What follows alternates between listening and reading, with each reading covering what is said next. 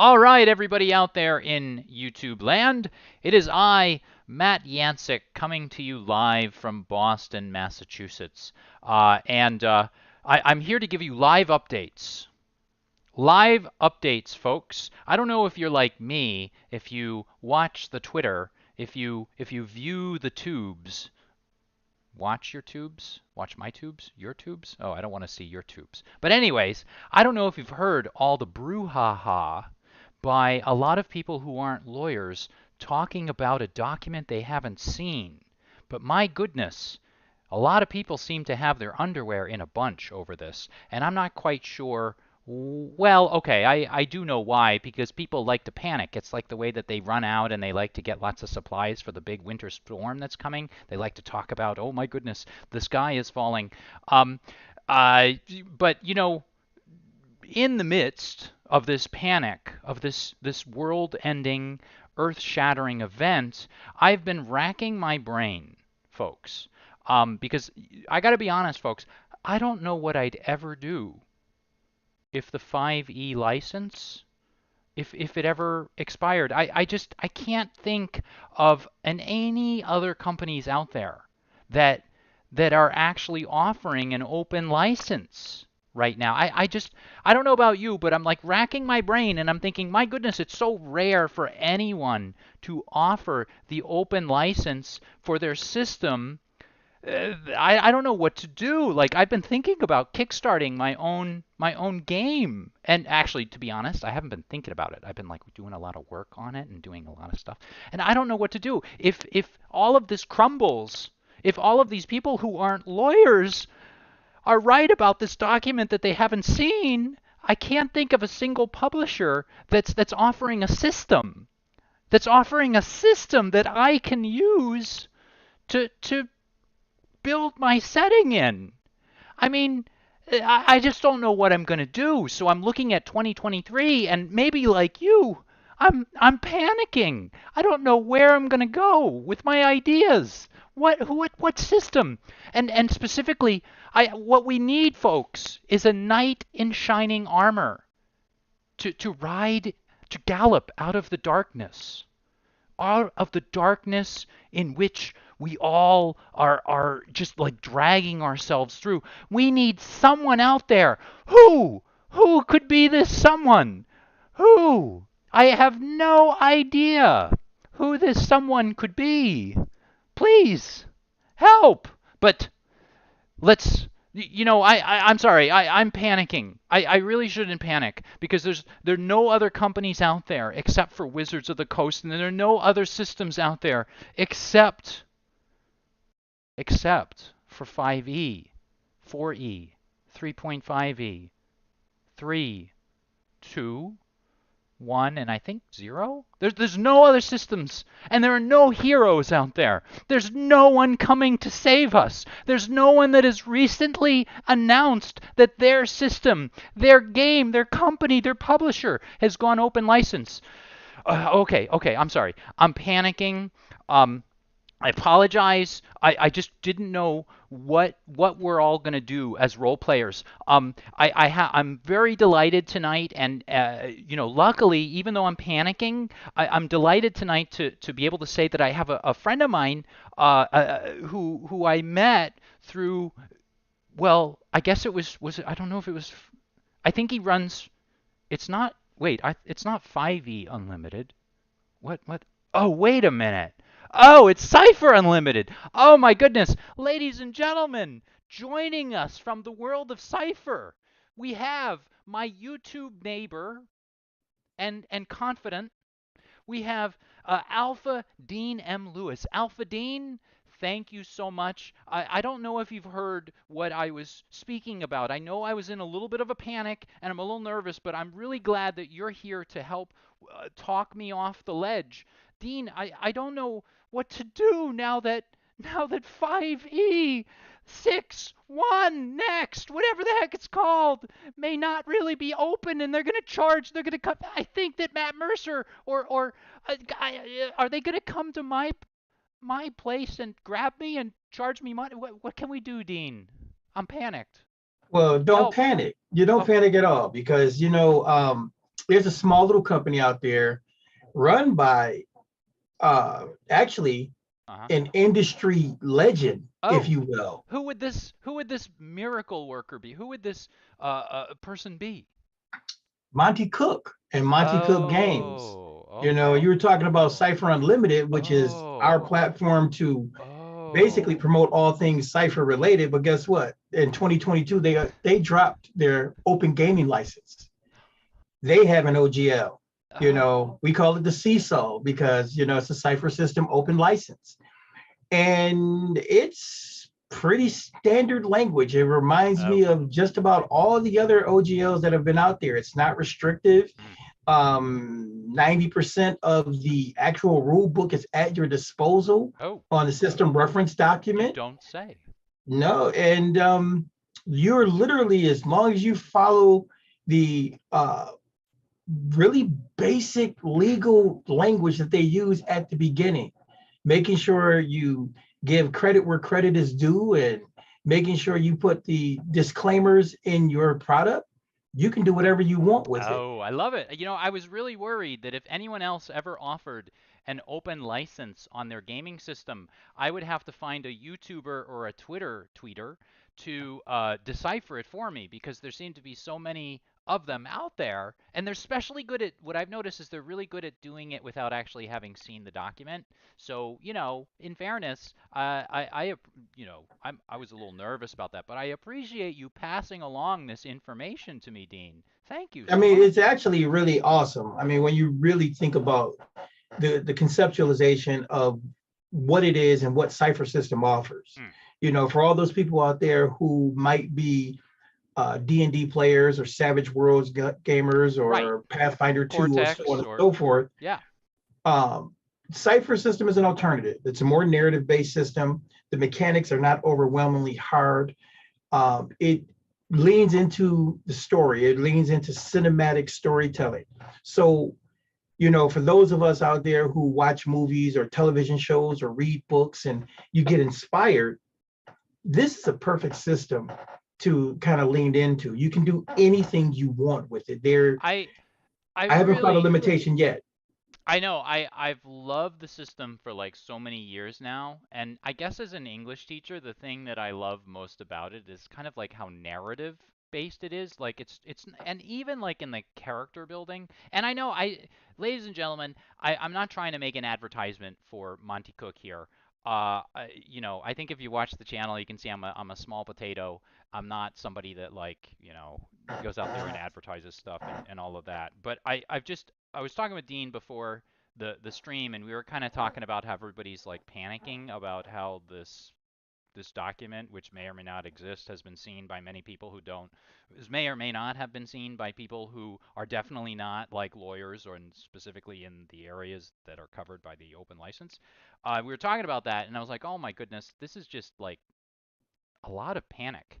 And it to me, it's what's interesting is that there's so many other like I understand that this could be catastrophic, but 9 times out of 10, most of these things are not catastrophic. And there are plenty of alternatives like out there. Um, but I just think like it's been kind of like overwhelming for me. So Dean and I thought we'd just talk a little bit about Cypher and how much, of course, we'd love it, which is actually, I mean, Dean, how long have you were playing? I know you were playing before me, but like, were you from like the very, very beginning? Because I think I was like a year or two after Yeah, everyone else. 2013, well, 2012, Monty Cook launched the initial Kickstarter for Numenera, which is his main setting, the most famous setting that uses the Cypher system. I did that Kickstarter and I knew I had something special. So since 2013, when the book first got dropped in my lap, I've been into it. It took me a couple of years to grok the system Yeah. and realize that I had to make some changes myself, because it's not a system you jump into coming from traditional gaming, coming from traditional games that simulationist, tactical, and I put those in air quotes because those terms, they are what they are, but I don't lean into those either. But just for context, I'm saying let's step away from, those ideals. And when you step away from those ideas, you can embrace Cypher system. Cypher system really only has, honestly, probably at most 25 pages of real rules. Yeah. It may be another 10 pages of optional rules. But it's flexible, it's nuanced, and that gives you the ability to do so much. And if you take the time to embrace that concept, you're going to find that, other systems just don't resonate like they used to. Right. Yeah, like I tell people all the time, real quick, I just tell people all the time, I will play anything and I will play everything. But my choice when it comes to running a game, if I'm running a game, just strap up, join the fun, because you're playing Cypher system. I absolutely love the system. And I actually, Dean, I want to make a remark to somebody. So Shadowmane was saying something in the comments that I think is a really important thing to point out. So Shadowmane was, and I'll quote him here because I don't want to say anything out of context here. But Shadowmane says, "Sorry guys, I can't listen to this. What Matt is treating like a joke has nothing to do with a better RPG. It has to do with a company putting people out of work. Real people that will lose their jobs." So Shadowmane, you are right. The thing that well, actually, there's a distinction here I want to make. What I am trying to distinguish are the number of people that are talking about something that they haven't seen yet versus what is actually going to happen and what is reality.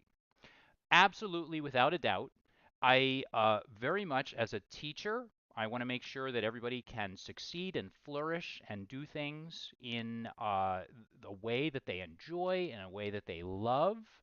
But Shadowmane, what I am trying to say, the point that I'm trying to make, is that there are a lot of people who don't, well, to be honest, I think we can all say this, who haven't seen the document.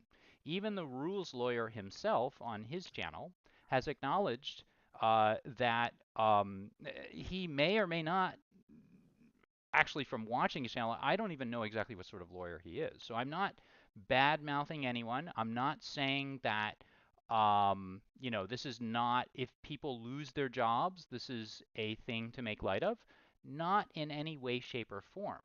What I am reacting to is the level of kind of like the imagination that is running away with people and getting the better of them. So I apologize if you don't like what I have to say. My joke was intended only toward the idea that people are talking about something that they haven't even seen. But of course, I do take, again, as a teacher, I take people pursuing their dreams and fulfilling them and having a good job and enjoying themselves very, very seriously. But I have to admit, I've seen a lot of panicky people on the internet that are worried about something they haven't seen. So I think, hopefully we'll see the truth and see what happens like soon with the open license. But for right now, there's really nothing, in my opinion, to really talk about. But go ahead, Dean, please. I just want to, chime in on that. In the aspect about losing jobs and so on and so forth and things of that nature, the basic language of what's being reported is frightening, to say the least. It would be if it's true. Right. That's what I'm saying. It is frightening, to say the least. I agree 1000% that a lot of the things that I've heard about D&D 1, I don't agree with. I don't like. And for the most part, I'm not sure how much I can support it. Right. So I do agree about people losing their jobs and things of that nature. But in the same breath, I have to agree with Matt. There's a lot of speculation. Yeah. And the speculation doesn't add anything to the current narrative, the current thing that's going on. You know, with that being said, let's talk Cypher. I agree. I agree. A skit has snowballed into something beyond. This is the. You know what, Shadow Main? I want to thank you for taking part in what's probably the first controversy I've ever that I've ever had on my channel. This is probably the most dangerous my channel is ever going to get, ladies and gentlemen. But at any rate, thank you very much for tuning in. We are not here to talk about that. I have my buddy Dean on the show, and the reason why we are here is for GMs in the Machine. And on episodes of GMs in the Machine, what I like to do is sit down with game masters and talk to them about their methods and their approach to building an adventure.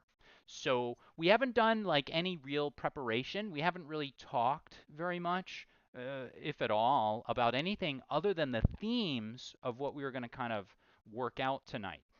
So, Dean, how about in maybe your own words, can you give us what the general theme is for tonight and how you wanted to sort of approach the building of the game? I have this absolute love, and anybody who knows me knows I love superheroes. Mm-hmm. Another thing people don't know though is I also love the pulp era. Mm. You know, I grew up. My father grew up in that era. He was a kid, you know, in 2030, in the, you know, I'm sure to say in the 30s and 40s. He was a kid, and he just ingratiated me with that stuff. I read the Remo Williams books. I read Shadow. I read Doc Savage.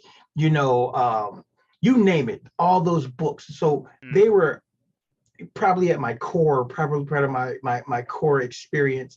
And so I was reading those at the same time I was reading, you know, I guess you call it the Silver Age of comics, because Marvel Comics was around. You know, my brother, you know, he was a child of the 50s and 60s. So he gave me those books. So this combination just was great inspiration. So that's what we're going to talk about today. We're going to talk about literally building a pulp era adventure. Yeah, and You know, I was interested in hearing about your approach, and maybe this is because you work with him, but when you kind of describe some of the things that you like to do, I did have Anthony on the program. It was one or two episodes, or Anthony Fernandez, who from Spigs 19, Spigs 18. 18, Oh my God, 18. oh my God, I've got the wrong year or the wrong age.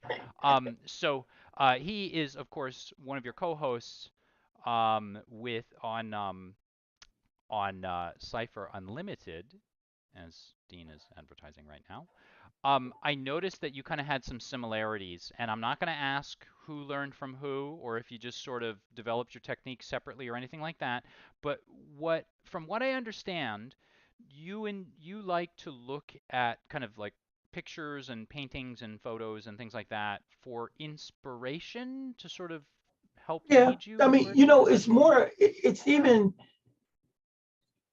pictures or scenes from old movies, or you know, sections out of an old book that I might have read, things that resonate, you know, and it's those moments, or you know, it's when you see these things, it's like, oh man, that would be cool in a role-playing game, or how can I recreate this?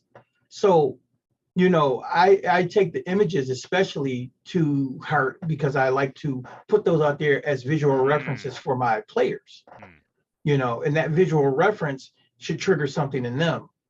Well, in turn, as a GM who does not believe in railroading his players, I can feed off of that. I can feed off of what they give me back. So in that respect, though, so in terms of building the actual adventure itself, you are well, I mean, like in the planning stages, you go into the images and the pictures and things like that to look for the ideas. But then once you're in the game itself, you're playing off of kind of like what they throw at you. Is Right. that kind of fair? It's double-edged. There's an overarching idea always. Hmm? You know, so what I try to do is start with an overarching idea. And there's I don't know if you're familiar with it, but somebody wrote an article And I've been doing this for years. I never even knew that it was a thing that somebody had put out there, but it's on the Gauntlet. I believe you can find it, but it's called the 731 method. Hmm?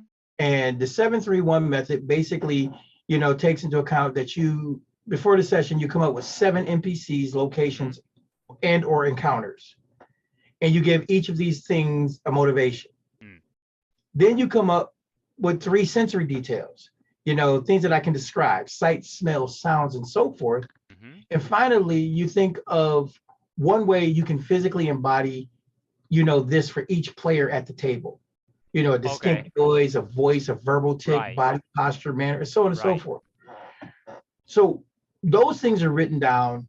They not even, I wouldn't even say they're written down. Those things are that's just my outline to start with. And then you take it from there and you allow what's happening with the players to sort of inspire you to go in certain directions and to Correct. run Like I with said, your you original you build an ideas. overarching idea. So if we were going to build an adventure, Hmm? let's just say we decided that we were going to do an old style Mystery Men superhero tale. Well, if I'm going to do it as, my players coming in and this is going to be a complete experience for them, Mm-hmm. the first thing I'm going to do is I want to decide overarching how these people are going to get their abilities, how their abilities are going to come about, and that's a double-edged question, because do you want them to walk into the game knowing exactly every ability and power that their characters has off the muscle? Do you let them come up with that concept? Mm-hmm. Or are you going to build it through the lens of the exploration? Are they As going, you are they go. going to get their abilities as it unfolds? Okay. So that's something that you discuss with your players. That's your session 0. And so you would talk with your players about that and sort of decide if you're going to either build the foundations of it maybe before the game starts, or if you're going to explore and sort of, Correct. check different things out. Okay. How about then if so tonight there's not necessarily a rule here where we have to make a one shot or we have to make part of a serialized adventure or whatever. We can go in a couple different directions. Can I ask you how, like, you're feeling? Are you thinking about a one-shot idea? Are you thinking about making this into something that kind of goes a few episodes, or what do you think? Let's do it as if it's going to be an ongoing story. Okay. Let's Like the because first game, like this would be yeah, the like the opening like the game first of. game to a bigger plot, to a bigger story. For the most part, and this is just something else that I've developed, I've come up with because of Cypher system. One of these nice things is the lens that I look at my gaming through now. So if I were, like you were saying about a one shot, if I was doing a one shot, this is a freestanding movie with the possibility of a sequel. Okay. Oh, I see. So this might be like a Star Wars sort of thing where Correct. This could Star Wars be, could have ended after episode 4, but but there's it room to continues on. grow. Okay. Right. So that's the one way. Um, Personally, I like to look at it as, I'd like to look at this particular thing we're doing. Let's look at it as a limited run series, like remember back in the old days, you would have a mini series, Yeah. Or if you look at it today, the way Netflix does things, it's 13 episodes or 10 episodes or Right. 8 episodes, So this is a, limited series that we're going to work on, Hmm. you know. Okay. So then if that is sort of like the case, then so we're starting from the idea of this being a pulp adventure. How What do you need to do first? Do you want to look at pictures? Do you want to talk it out? Or like how would you approach and start like the seed of your idea to sort of to water it so it grows? Well, the basic approach in the CDD idea, always starts with me, where I would come up with uh, a couple of options, Hmm? 2 or 3 options, and I would throw those to the players. So you being one of my players, I'm going to give you the option. Do Oh, you, I'll do it that okay. way. We can work Makes from sense. there. Yeah. So option number 1, do you want this to unfold like uh, an Indiana style Jones adventure, where you're Mm-hmm. world hopping and there's, artifacts and, Mm-hmm. clandestine organizations? Mm-hmm. Or do you want this to be something where um, you're caught in an accident and or some epic Right. disaster and So this it opens the doors? Right. So like am I like a normal person who's thrust into a grand adventure, or am I like an adventurer that goes out like Right. every once in a while? Oh my goodness, I didn't know I was going to be put on the spot. Now I feel really nervous. Um how about if I'm a regular Joe thrust into like some sort of situation where I'm in over my head then, I guess. How about that? Okay. So very simple then. So when I get that feedback, Hmm? then for me it boils down to, okay, let me go look online now. Let's find some pictures. Let's find some images of, ancient ruins, or, let's find some old inspirational book covers. Mm. So I'll find some of those images Yeah. and look those over. Okay. And then it's like, oh, wait a minute, that one's perfect.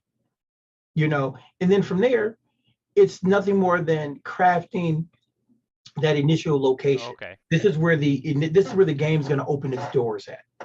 So you kind of start from the first location. So to do this then, I had sent you a whole bunch of random images. Yeah, Do you want me to start there? Do you want me to like throw those up on the screen and we can start flipping through them, and if yeah, let's do something that. grabs you, is that Yeah, okay? let's do that. All right. So ladies and gentlemen, I'm crossing my fingers that this works. I put together this little screen here. Oh, it worked. Okay, good. My goodness. So as you can see, everybody, this is just a bunch of kind of not necessarily random. It would be sort of unfair to say it's random. I did go through and tried to pick things that were nicely random so that we could kind of cover a spectrum of things. Um, so Dean, taking a look at it, was there anything that stood out that you'd like me to zoom in on, or is there something, or would you just like me to throw up the first image and we can kind of like talk? Well, what you have here, let's see, you had one that I was There's looking a whole at. bunch of different things in there. I took the stuff that you had actually asked me about and kind of recommended, and then I took it like a few, because Dean had originally said in the style of kind of like The Shadow, in the style of Indiana Jones, and in the style of, oh my gosh, I can't believe I forgot the other one. Oh, Sky Sky Captain. Captain, Yeah, Sky so I Captain, and the definitely Word have of stuff Tomorrow. from those, but I've got other things that I thought kind of matched up with that, kind of. Let's see here. So let me see, if we just go down Hmm? uh, to image, the Phantom cover you have. The Phantom cover. Okay, so I have two of those. I have so pulling it up, I have one where it looks like he's with like a some sort of a dog and he's holding it back. I have another one where he's with a dog, but it looks like there is some sort of executioner that's about to like Yeah, take well, him so out. the first one where his ring is showing, Got it. and something that a lot of people didn't know about the Phantom was that he did have a dog, uh, Oh, right. as a companion for at times I'm in different embarrassed. stories. Yes, you're right. So if you look at that first one, you know, again, you remember that era of games. There's a jungle scene, and then of course there's the Phantom's ring. Mm-hmm. So why not have the players all be a part of an expedition to some ancient land and some undisclosed location on some lost island in the middle of the Pacific? Wow, you get all So that from one picture, but I like it. Players are part of an absolutely, expedition absolutely. to like an exotic island or something, or a Yes, yes. I deserted. would have the players. I would have all the players, and what they're out there doing, they're seeking the temple of the lost God. Okay, boom. You know, and so that right there, that one image gives me all of that to work with. So You you, know, all right, I got it. So we have players seeking the temple of the lost god. Anything else you kind of want to throw out there, or? Well, What and else are here's you the other. thinking? Then the other thing would be what player characters. Of course, like I said, since we said we're starting from scratch, I would probably have uh little slips of paper or whatever, little things that I would give each player to clue them in.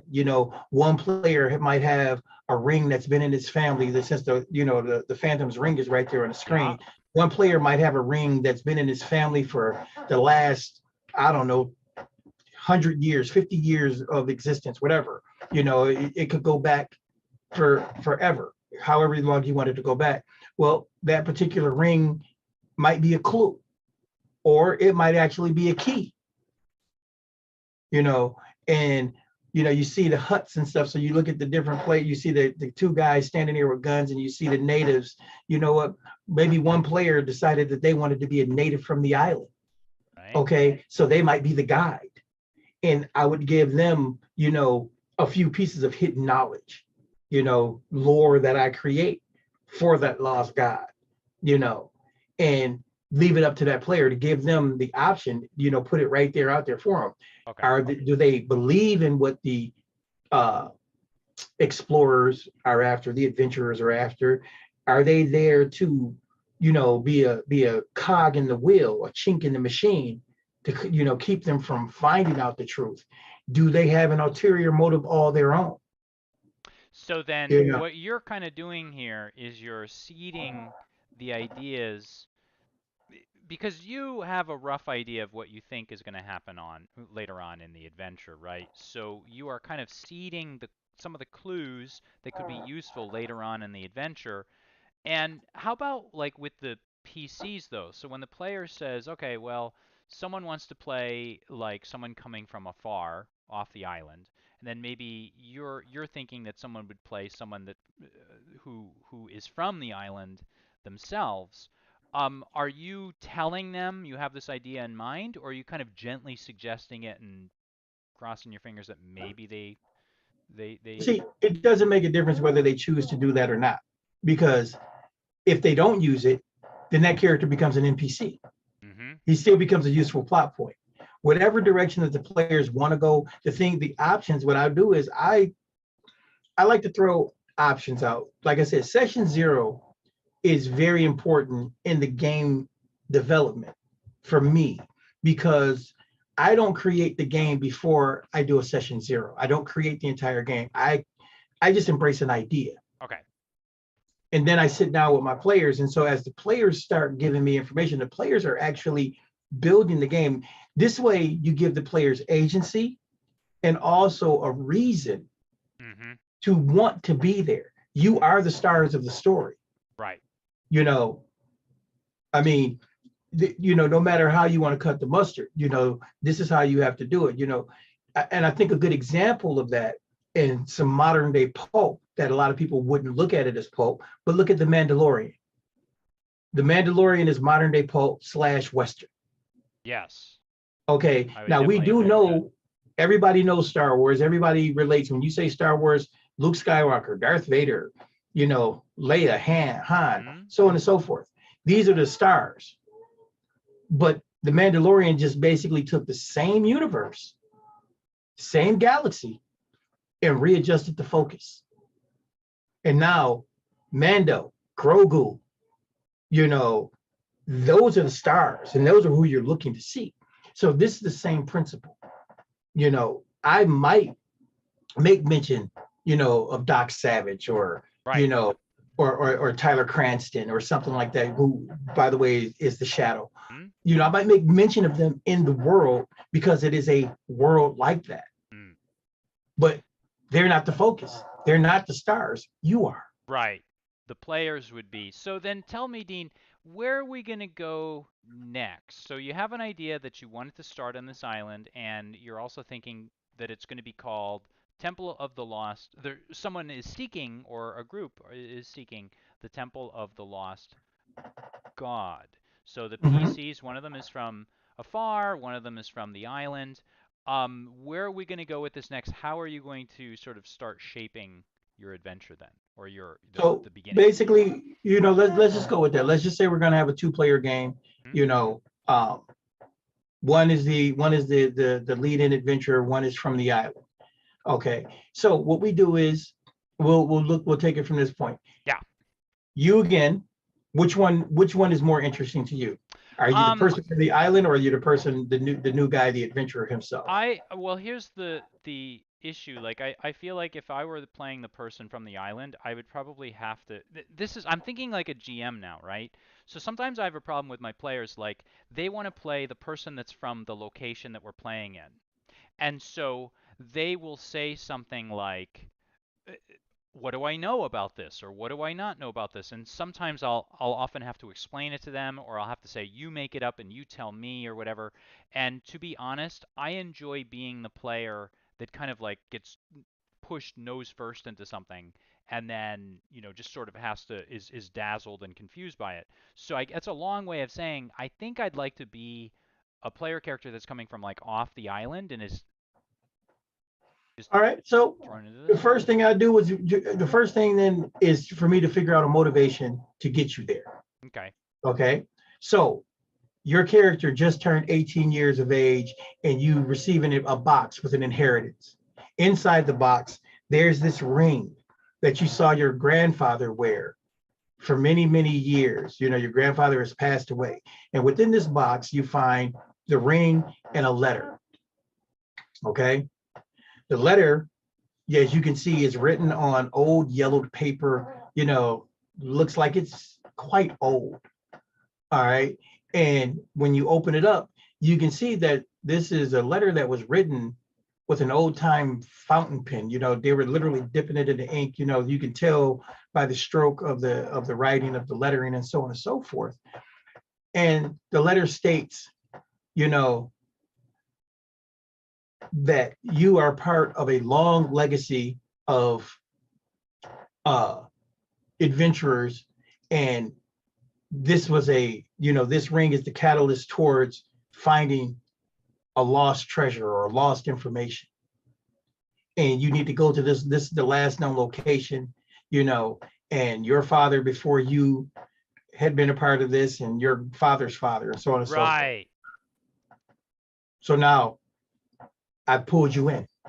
You know what I'm saying? So then I, as like a player, would be kind of like greater, like for me now I've got like some sort of a buy-in, right? So I am actually part of the story, and I'm like really like, you know, my own personal background is going to have some sort of an effect, perhaps, on how the story goes. So then if your player is, or if the player, or I, or myself and the other player are receiving this letter, then um, what's next? I get the letter, and how are you going to make Now, sure? Oh, go ahead. well, what comes next is, of course, the idea of how are we going to get you there? Do I want, and again, using that 731 method. So the first thing I would do is probably a part of my 731. One of the locations would probably be a steamer ship that you have to ride to this particular island. Because it's not like today where there's a plane to go everywhere. So that's going to be one of my major locations. That's going to be one of my set pieces, is what goes on this ship. And this is where I have to come up with the idea of what is going on the on the ship, and why would this be a set piece? Well, of course, that's where you come in with your first antagonist, your first idea of, oh, wait a minute, somebody knows about the ring and somebody wants the ring. Because it's always like that in these old, the old time stories. Somebody always has a little extra piece of information that you don't have. So we know that the ship, let's call it the. Oh, I like you're doing some professional Googling there. Yeah, I'm not. I have a list of words that I keep around. Oh, okay. And this is what I do when I create games. I have a lot of little tools that I use just for my own personal thing.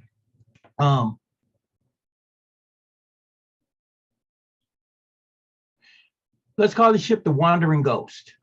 And that's the boat that you're going to be on, the Wandering Ghost, captained by Bartholomew Danziger. Oh my gosh. Okay.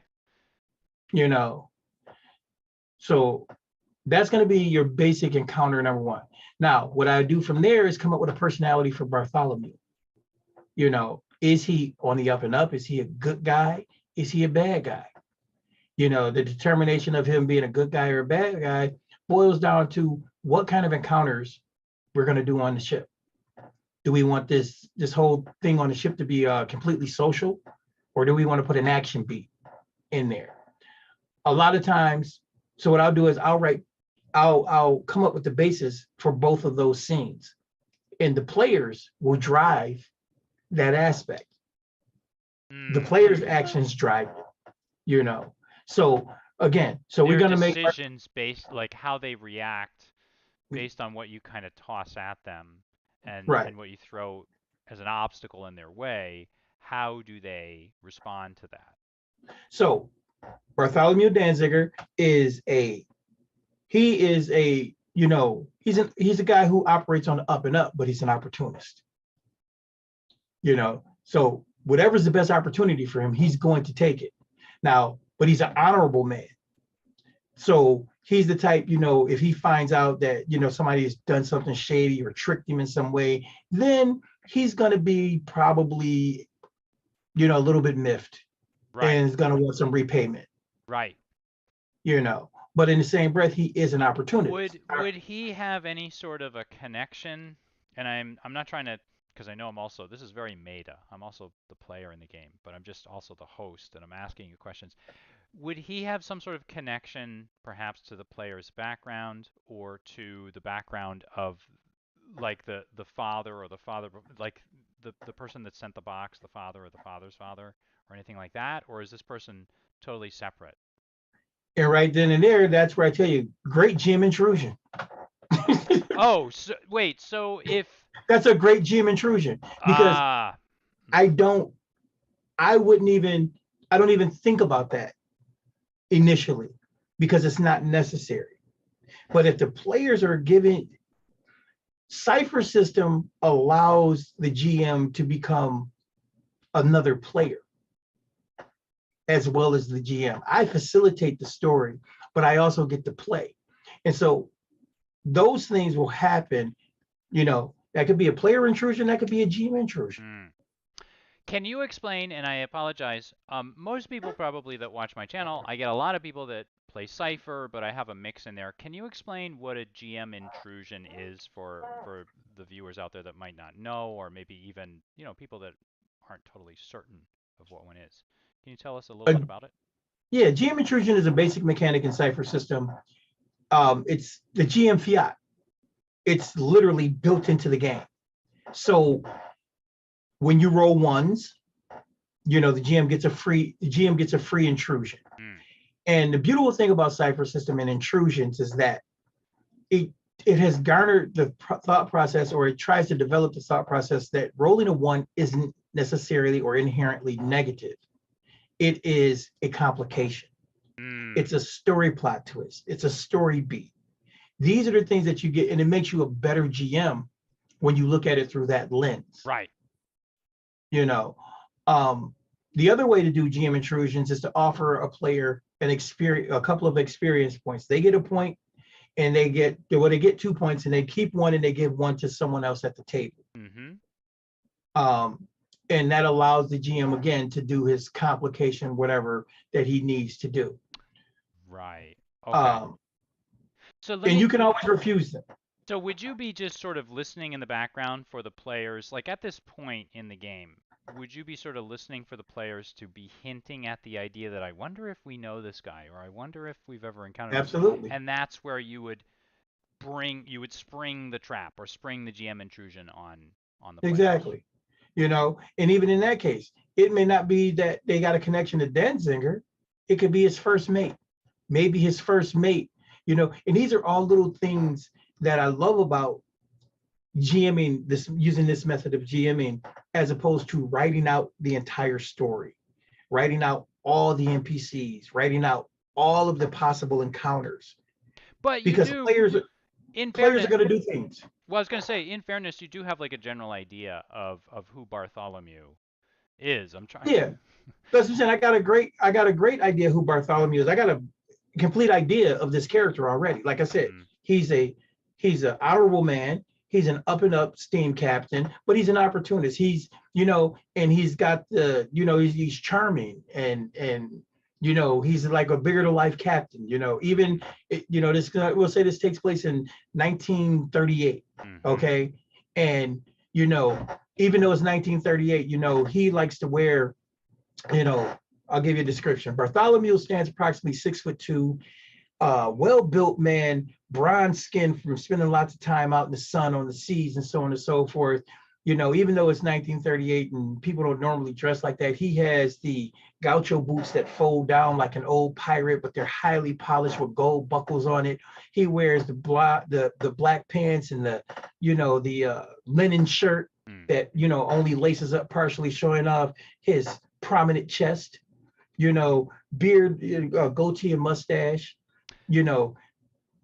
I can totally see the GM in you as you're kind of throwing these things out. Like it's really impressive to me the way that these details are. I promise, ladies and gentlemen, I didn't rehearse my end of it. I don't think Dean did either. But like he's just throwing out these details. Like none of this was like rehearsed or prepared at all. But you're doing really. I like the details because to me they're very evocative of that pulpy kind of setting Mm-hmm. where and I apologize for interrupting when you're kind of on a roll here, Oh no, but it's fine. for those GMs maybe like myself who aren't quite as good as like getting all of that I was going to say that text, that info text out there, that descriptive text out there. Um where's it coming from? Where do you get the how did you know Bartholomew suddenly was just looked like this certain way? Was there like can you explain it? Are you drawing on stuff you've seen in the I past or what I'm thinking about it when first of all, what happens is this. I go from what happens is in my mind, I think of a personality, and then I think of what that personality would look like. You know, what is the best image of that personality? And sometimes I'll go with that. And then sometimes when I want to have more fun, I will get that personality and then try to create an image just the opposite, especially if it's somebody that I need to have hidden. right. Right. So where all this comes from though is from the many books, the amount of media that I've read, in the amount of comic books and the amount of movies that I've watched. I mean, it's funny. I'll tell you what I did to prepare for this. Mm. All I did was watch the old Captain Marvel from I think it's 1941 or 42. The Mm-hmm. old Captain Marvel serial. It's like 12 episodes. They're all about an hour a piece, Mm. 40 some odd minutes. And that was probably the first introduction I had to the original pulp era with my dad, you know, 40 plus years ago, you know. Um, and I just watched it again. And it was just so cool because they didn't rely on special effects. They didn't rely on, uh, you know, glitz and glamour. It was literally the presence of the character. Mm-hmm. And, there were so many different little characters that came about, throughout the show as I was watching it. It's like, oh, yeah, okay.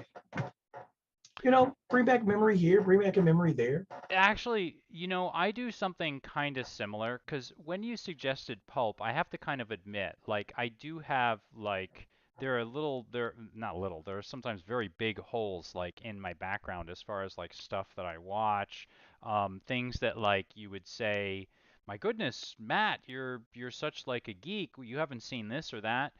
To be honest, I haven't seen I don't think I've seen a lot of old pulpy adventures. And while I read some of the old pulpy adventures, like I read some of the Doc Savage novels, I read some of the Remo Williams novels when I was younger. The older I got, kind of like the more I just, for whatever reason, I just drifted away. For people that maybe are running a game where they might not necessarily feel the atmosphere or understand the atmosphere, do you think it's kind of it would be a good idea for them to maybe go out and watch stuff or kind of like immerse themselves in it to get like the look and feel properly? Absolutely.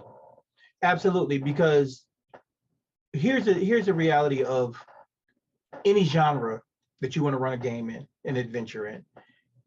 If you don't get the genre, then you're not going to be able to deliver the evocative nature of what it does.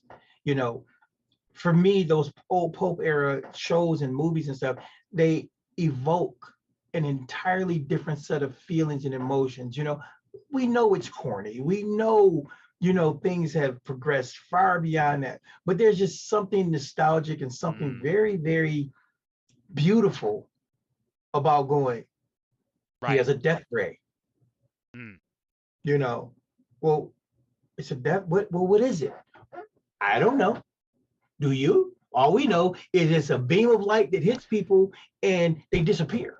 So at this point then, and so as we're kind of walking through this, we have when you say that, it kind of makes me think of something in my mind, right? So you just mentioned the idea of Death Ray, and he's got something and all of that stuff. Um, you know where we're going with this? Because right now we have two scenes. We have a steamship scene, and we have maybe an idea of a person like arriving at the, or a few people arriving at the island, or one person arriving at the island and then soon encountering some trouble. Do you know right now, and I'm not trying to trick you, I'm just asking you, do you have an idea in your head of what the final goal is? Like is there as you kind of said here, is there a lost god or is there some sort of treasure at the end of this or Well, do you that's know kind that of the right point. now? Yeah, I have several, and again, this is part of that process, that 731 process. I actually have three options already in my head on where this goes. Mm, Either there's going to be an ancient temple that has a bunch of traps and puzzles, and we're going to do the whole Indiana Jones thing through it. There's also the possibility that there really is a lost god. mm-hmm. Okay. And when you find his shrine, or find his temple or whatever, Mm, within there, you're going to find, the key to your destiny. Maybe your ring unlocks the power that is waiting to reside within you. The last thing is you're going to find a lost civilization that's been untouched. And these people may be the catalyst to teach your character some ancient, unknown martial arts that's going to make you into the pulp hero you want to be. So you've got those are the three options that are in the back of my mind. And the reason why they're in the back of my mind is because, again, the players are going to drive exactly what happens, what they're going to find, and what they're going to do. And it's based on your choices. Once again, that player agency, which right. is massive. Okay. So then if we have these two scenes at this point, we have the PCs or one of the PCs kind of inheriting this box with the note in it that kind of causes them to get on the steamship and then go to this faraway island. What else are you going to build here before you feel comfortable kind of like starting your adventure or running your So we've adventure? we've got that baseline. That's that first encounter. Mm-hmm. That's that first leg of the adventure. That's, of course. And so we're going to work on the possibilities of what happens on the ship on your travel to said uh you know island. Okay. So once you get to the island, that's basic scene number two, massive scene number two, part of the 731. Uh and again, the players are going to drive whether it's going to be an action beat or if it's going to be a social beat on the ship. So that's kind of done. So there's a chance that the players encounter Bartholomew and somehow they come to terms with him, they strike a deal, or they could equally maybe like get into an like a physical altercation in which they have to like battle and it's based on what they want. So would you do any prep for either one of those? Yeah, you do the basic prep. Cypher system is so easy. NPCs are easy. Hmm? You know, you basically write out your basic NPC. You write out, what abilities that they're going to have. You give them a level, and you prepare, and you're already done. That's 15 minutes, Right. 10 minutes at the most because of Cypher. Yeah, that is one thing I have to say. Again, I don't mean this to be an advertisement. It's the system that I run with the most. And what I do like is I can basically come up with like a sketch or an idea, even if it's just it's a written sketch or it's not a picture, it's words of the character, and then I can just start putting level whatever, and then maybe has like some sort of clause or has like a deadly stare that causes the PCs to lock eyes with them and just sort of like lose their ability to function for a turn or a round or whatever I want to make it be. So that is something that I enjoy. Do you want to work on? I'm going to try and say this, Bartholomew Danzinger at all, or do you want to move on to what may happen on the island then? How do you feel? Real quick, I Hmm. can do the Bartholomew in no time because we've already started talking about him. So you've already taken shape because I Hmm. gave you his physical description. Yeah. You look at Bartholomew, I would make him, since this is a tier 1 adventure, I'd make Bartholomew probably at level 5 because he is a major player. He's a major NPC. Whether he is only going to have one scene or if this is going to be a reoccurring NPC that you're going to meet over and over again, he might become your guy that you're going to be on the ship, using his ship throughout. He might become part of your team, or he might become a permanent antagonist to you, depending on how you guys deal with it. So Bartholomew Danzinger is a level 5 uh, ship captain. Um, he has level 6 knowledge in navigations, Hmm. you know, uh, level 4 uh, with firearms, Okay. and he's a level 5 hand-to-hand combatant. All right.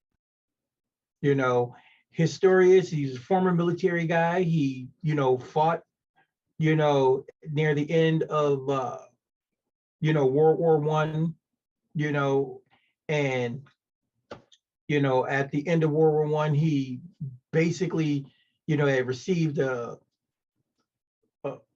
somewhere an inheritance or something. He bought a boat and became, a freelancing, freebooter. If you, Hmm. well, not a freebooter because he's not a pirate, Hmm. but a freelance. He charters his ship out and takes people, here, there, and everywhere. So that's the basics of Mr. Danzinger. Um, you Okay. know, Sounds good. So then with that, our PCs are either going to choose to work with him or perhaps fight him or or something just have some somewhere in between. antagonistic. Yeah, They could have somewhere. Yeah, yeah. it could be something in between. I'm sorry, I don't mean to take on your role as a GM, but I guess the idea is that you You as the get GM are going to see how the players react to this fellow, and then it will sort of play out from there. So then there may or may not be an encounter here on the first on the steamship, and it may be a combat encounter, it may be a social encounter, it may be something else. Once that's happened though, and they arrive at the island, are do you have something in mind for the island itself? Yeah, so on the island, that's where um, the players will meet their guide. Okay, and if if there's a player that's going to play that character, play the Hmm. guide character, then I'll let them unfold it. But if it's a situation where I'm going to be, handling that NPC again, like I said, if it's just me and you playing, and I've got to set the stage, then you're going to meet, Jomo, Wow. Okay, and you've got a name already. All right. Tell us. So who is Jomo then? Jomo is a native of the island, very ethnic person, won't an undisclosed ethnicity. We won't say black, white. We'll just say ethnic, so people understand. This exotic looking individual. Um, Jomo is about. We're gonna make him impressive. He's about 7 feet tall. He's well built. Um, he's wearing, clothes of the natives, these robes and, loose fitting pants, and he carries a staff. He's What's so striking about him, though, even though his skin is bronzed and, he's got, all these ethnic qualities, his eyes are ice blue, you know, give him an interesting quality. So you're going to meet Jomo, and Jomo is going to probably tell you some story about, he knew your grandfather. Mm-hmm. Your grandfather just, like I said, your grandfather just died, you know, and he'll tell you, I can take you to the place that we laid him to rest, you know, Oh, which would be, the next encounter, the next big thing that happens. okay. Actually, so now I'm kind of getting it. So tell me then how that's actually a really neat idea. So the idea is that the players eventually land on the island, player or players, and they encounter someone that was born and raised on the island and that actually has a connection with the player character Mhm. and knows the grandfather. So I'm assuming that the character is the NPC is probably about as old as the grandfather, or No, the oh, NPC is about as old as the player. oh, okay, all right, He's the guide. okay, all right. And so the guide then he would take them to the grave. So, what is your thinking about what's going to transpire in this scene? Because it sounds like there's a lot of potential here for like to talk about backstory, to talk about connections between the. Oh, go And ahead. this is the fun spot because, like you said, there's all that potential. So playing Jomo as an NPC and not a player character, I would have fun by having him talk to the player about his grandfather and the type of man he was, and so on and so forth. In the process of that, he starts to tell him that your grandfather had caught the attention of another group, or a or the major antagonist, but he's behind the scenes that nobody knows. So you don't know who that mystery man is.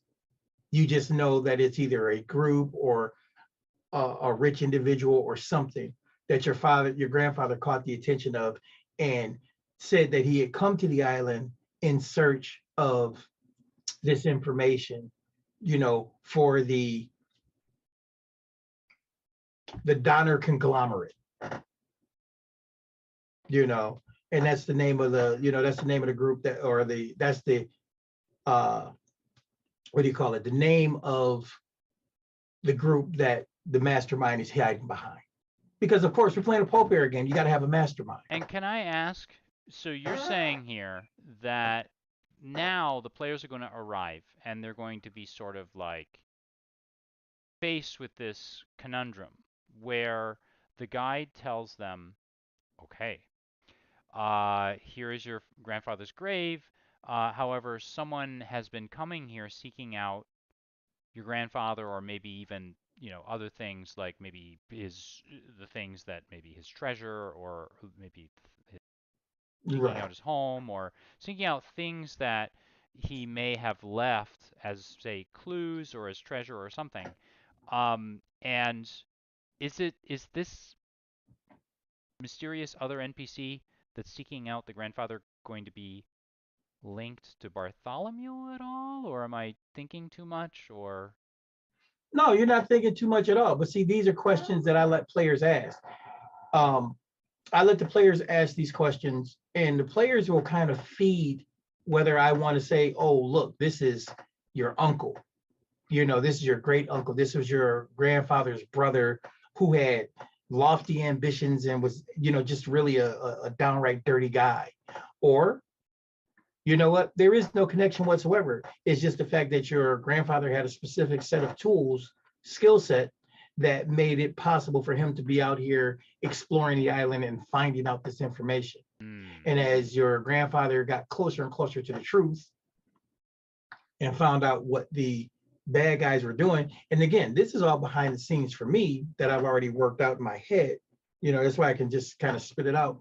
These guys, this is the catalyst of what's been going on. So your Right. grandfather found out the nefarious details of who this individual was and their Uh, dastardly deeds that they were planning to do, because for whatever is hidden here, it might lead to some form of world domination, or it might lead to, and again, this is the pulp era, because pulp era was always epic like that, you know, or maybe this is going to be the catalyst to what could start the next world war or whatever. There's nothing set in stone at this point, only that the bad guy has a very much bigger plan in place. And your grandfather was a was a stopgap, was an obstacle that had to be put down. all Okay. right. And here's the other side, here's the other level to that thought, to this thought process. Your player character is really the only other person that can do this, because it has something, like I said, we've already connected it with the ring. So now your character has the ring. Maybe the ring is the key. Maybe even closer, that the ring only, what the ring is a key for, it works, but it only operates for somebody of that bloodline. Hmm. So now Oh. Okay, instant link, right? So it's the even if link. somebody has that power ring, it will only it's only going to work with someone like a descendant of the grandfather to the father to Right. like the son. Exactly. Why do I feel like this is so pulpy? You're doing a really I feel like you're doing a really good job of kind of evoking that feel. Um I'm glad. yes, I can really feel it. You know what I really like about just RPGs in general? I often feel like with they take less effort to disguise.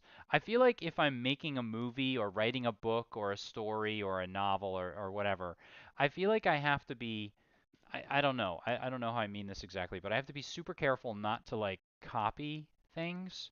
But when I'm running a game, I feel like a little twist is enough to take something that someone else has kind of used 1,000 times before and make it somehow new. And maybe that's because the players are putting their own spin on it, and that's kind of like what you're doing here is you're listening to your players and you're just letting their imagination kind of run with it. I don't know. Absolutely. No, but that's here's the thing. The difference between writing your story full blown into a full blown media, Yeah. blast, whether it's a novel, TV series, movies, whatever.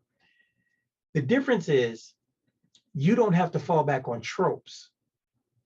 You don't have to fall back on what's been done before and trying to figure out how to do it a different way. You don't have to fall back on that, because again, it's interactive storytelling. It's Mhm. not a Right. singular person telling a story. Right. So where we can, like you and I having a discussion, Yeah. and we're talking, and like I said, because we're discussing this and you ask certain questions, that boom, click, idea. Oh, I can plug that in, or I can plug this in, or I can bring this around. Versus me sitting in front of my computer and I'm just typing out the story. Yes.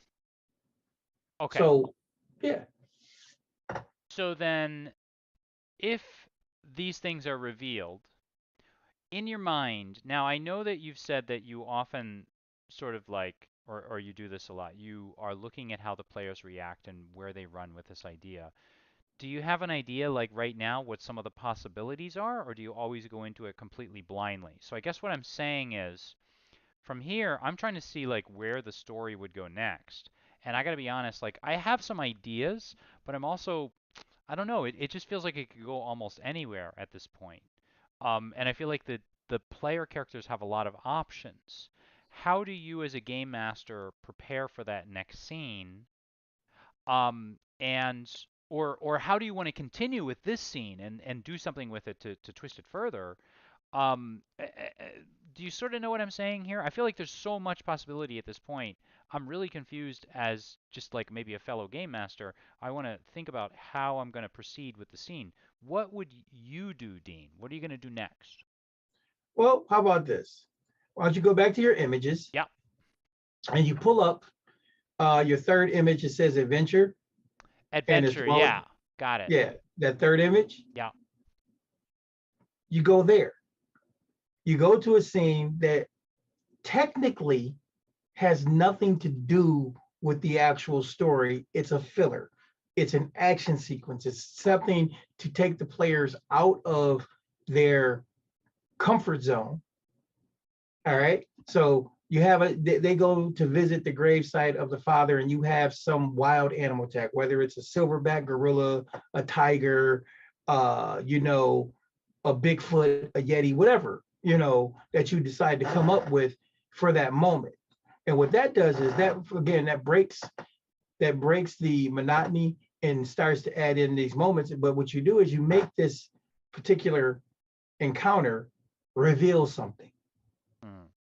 Whether the tiger, you know, when you dodge out of the way the tiger knocks over the grave marker. And when the grave marker is knocked over, you know what, it reveals a talisman, you know, or, you know, let's say, you know, the silverback gorilla runs in and gets ready to, you know, attack one of the player characters or attack one of the NPCs, and the player character, you know, it's revealed to the player character that with this ring on, he has the strength of an ape, Mm. and he can, you know what I'm saying? So you give a little preview of to what's going to happen next, and you use the pacing as a transitional, you know, you use the action sequence as a transitional scene to move you into the next place of the adventure.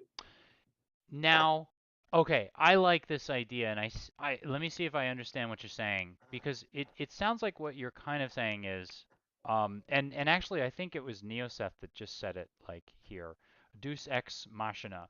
But you're basically at this point, I guess we've already theoretically we may have had some sort of we've had like a revelation scene where you reveal that the person is a descendant with this box or whatever, and a ring that or something, some sort of symbol, maybe that you might wait for the player to say what it is, and they take it with them, and there's a note that beckons them, that calls them to go to a certain island or whatever, and they go onto the steamship, and on the steamship they have a possible encounter, whether it be violent or whether it be just like a little bit of friction, or whether it be maybe they even become allies, where they go to the together, and they sort of realize that maybe they're both looking for the same thing, or they're adventure hunting or something. They arrive at the island, they learn this new information, and now you're going to sort of, it sounds like you're kind of spinning the story off in a, it sounds like it's going in a different direction, but actually it's really just sort of taking it in the right direction, because you're saying, like, at this point maybe they'll think, oh my goodness, there's like a tiger that's attacking us, I got to put on my ring, or maybe the ring accidentally gets put on, or maybe they don't make the connection and until Or maybe someone they've had tells it on them. the whole time. Maybe they had it on them. And so they fight the tiger, and through, or the animal, or whatever happens to be the crisis here. And hopefully they defeat it, or either way they learn something through the encounter. And I guess what's Right. interesting is that they change maybe as a character, because you've sort of given them a smaller encounter to overcome. And then from there, I guess you would also mention that they're going to learn a little bit more about where they're taking themselves as a Right. character. And look at it this way. You know, I want to speak to it this way. Because we said we were running a pulp adventure, it's, again, it's all in the approach. I want to recreate that experience on how pulp adventures run. If you pay attention to a pulp adventure and the majority of how they run, their stories are not necessarily concurrent. Mm. You know, there's ups and Right. downs. Yeah. There's ups and downs. So that's what I'm in the process of recreating. You know, I'm trying to recreate those moments. I want to evoke that emotion that when you're sitting there watching those adventures, you know, you can almost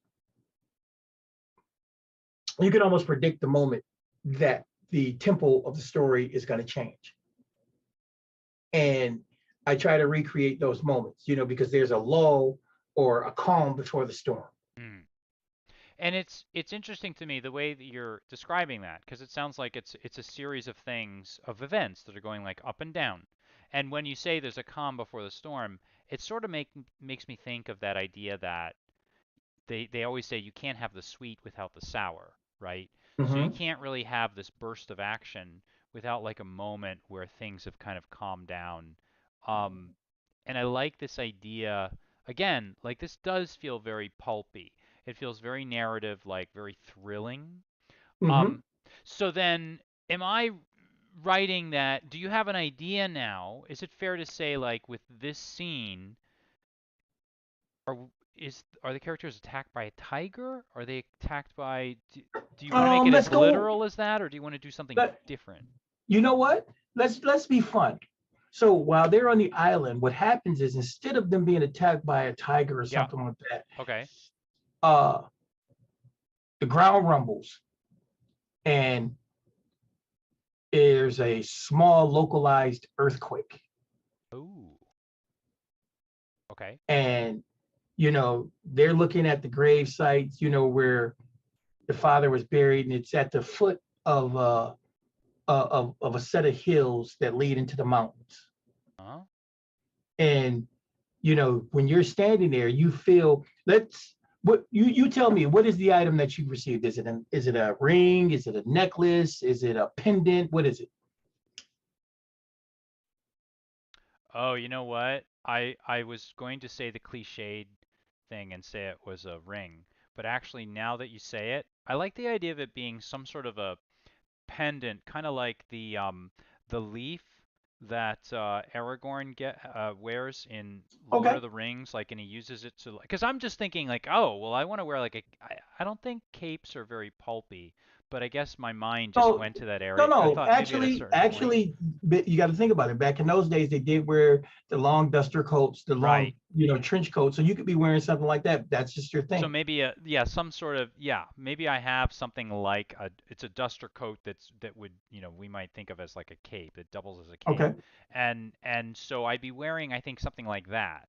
So what was your idea to run with if I'm wearing So that? what happens is, like I said, the ground begins to rumble, Yeah. and uh, you know, just past where your father's gravesite is, ground rumbles, and there's a collapse on the side of this hill, which reveals a tunnel leading down. And when you turn towards the tunnel, your pendant glows just Ooh. ever so slightly, and you feel a slight tug.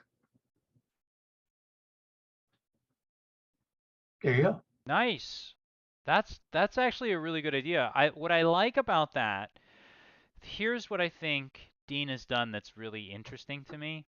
I think a lot of times one of my weaknesses is when I think, okay, I have to throw something at the PCs. I literally, not literally, I figuratively throw something at the PCs. I have a tiger attack them. I have a monster come out and grab them. But what I like about what Dean has done is he's kind of he's made the setting and some of the unique things, like you kind of think about this, like if you go to Hawaii or if like I lived in Japan for many years, like when you're on an island, islands are formed by volcanic activity. I know this because I've taught fourth and fifth grade geography, but like they're formed by volcanic activity, and there tends to be obviously a lot of earthquake activity.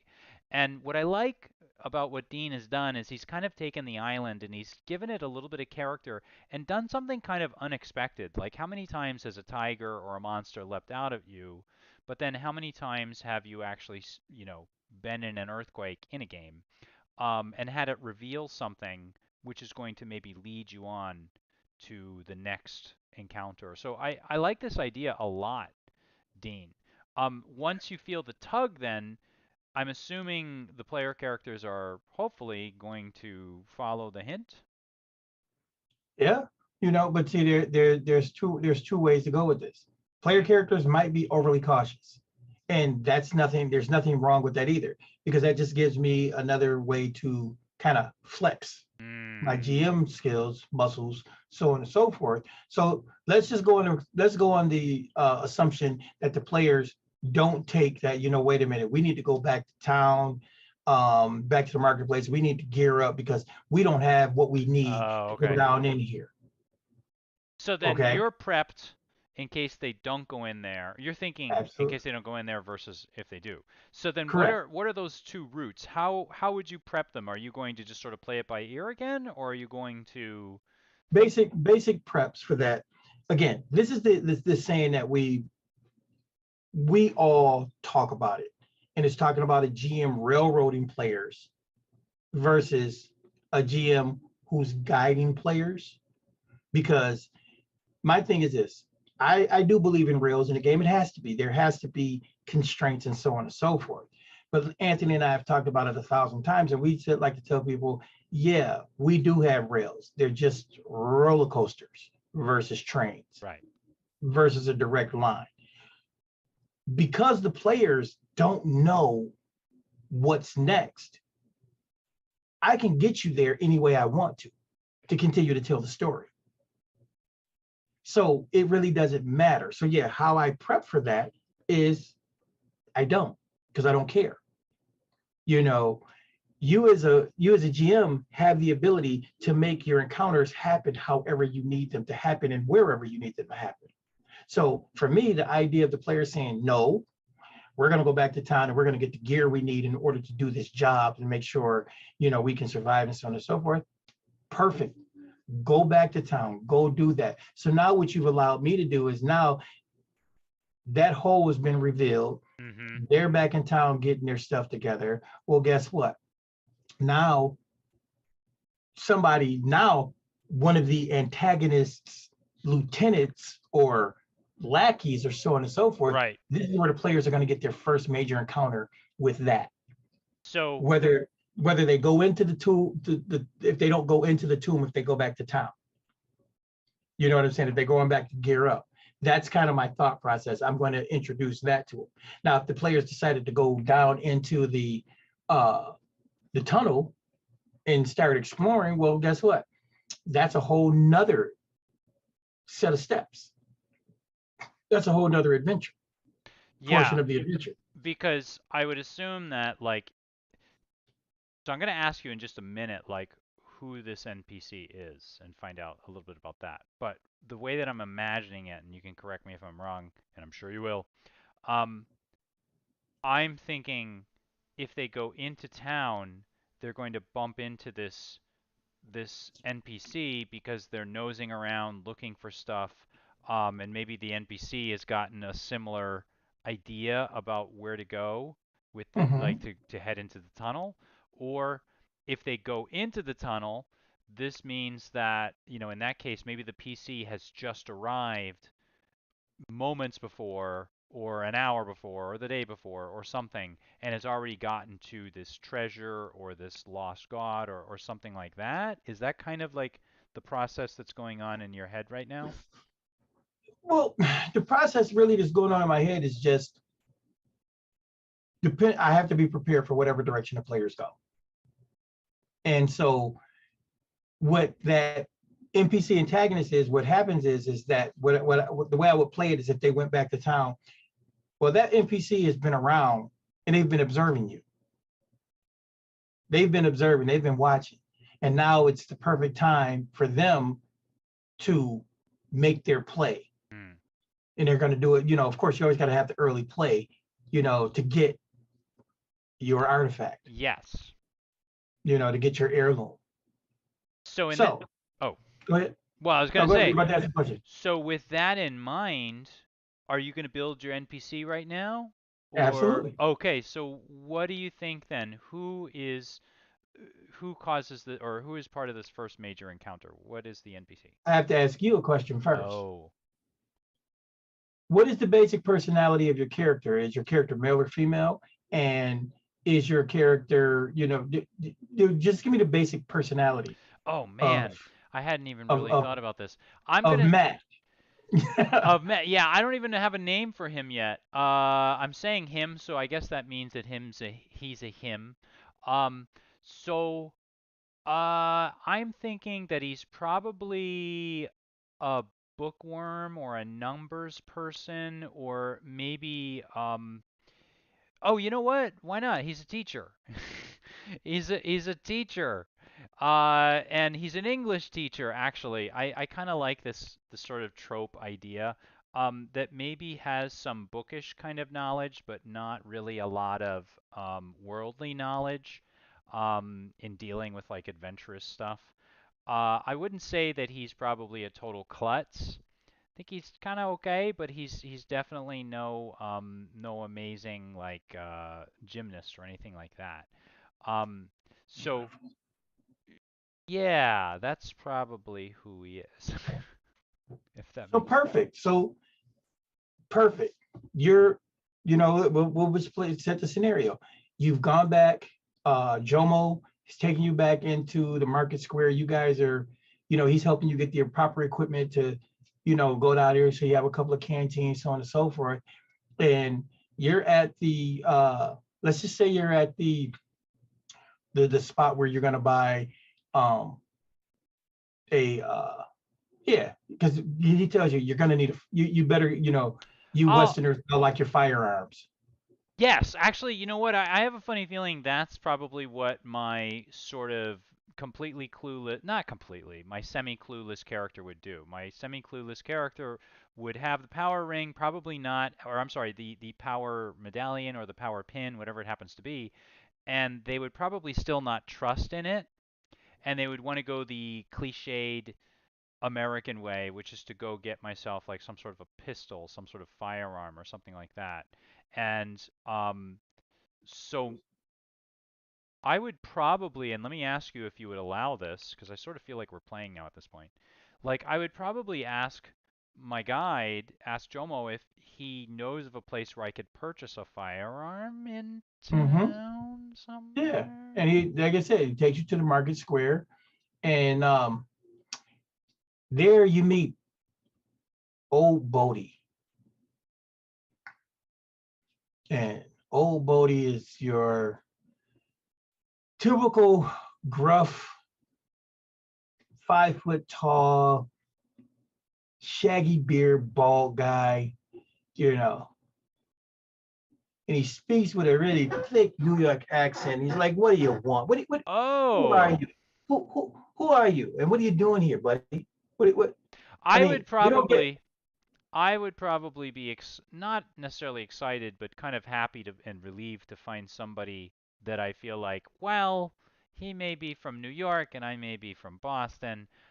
We're from the East Coast and we're only a couple hours apart, so I'd probably feel comfortable talking to him and maybe kind of joking about like a little Boston New York yeah, rivalry, but thanks a lot. Nice to meet you. Can you help me out? Something like that. yeah. Yeah, so old Bodie, and like I say, he's got that thick accent, and he does, So what can I do for you there, buddy? It's all right, because these are the things that go on here on this island, But what are you doing out here, man? You know what? I know why I'm out here, but why are you out here? You And know. I would just simply explain to old Bodie in my ridiculously rational, my Marcus Brody kind of way, how I have inherited this letter, this map, this ring, or I'm sorry, the pendant, all of this stuff from my grandfather, and I'm here now to sort of investigate a little bit. I probably wouldn't trust him too much and tell him too much of my Your background, but grandfather, yeah, you wouldn't be related to old Tolliver, would you? Tolliver that was here. I don't. He was in a that your grandfather was he the guy that had the accident? Oh my God. And now, would I have known this or would I have not known this? Well, you would have known how your grandfather. Well, one because Jomo would have explained to you that your grandfather, Right. it was a Okay. accident. Got You know, it. All right. So then, yes, with that in mind, I might actually see Old Bodie as maybe another possible ally. Though I have to be honest, the gamer in me would be not quite totally trusting of this guy, but still. and in just that moment, while you're having a conversation with old Bodie, you hear a very lilting, uh, sensual voice, and coat always makes a great weapon. And you turn and you see, in classic pulp fashion, she's a redhead. She's gorgeous. Looks like she just stepped off the cover of a magazine. You know, how she keeps her hair so perfect out here in the jungle makes no absolute sense. Right. But, you know, there she is standing there before you, green eyed, this green eyed beauty, you know. And she steps forward and she goes, yes, my name is Serena Redmayne. How do you do? Serena Redmayne. Okay.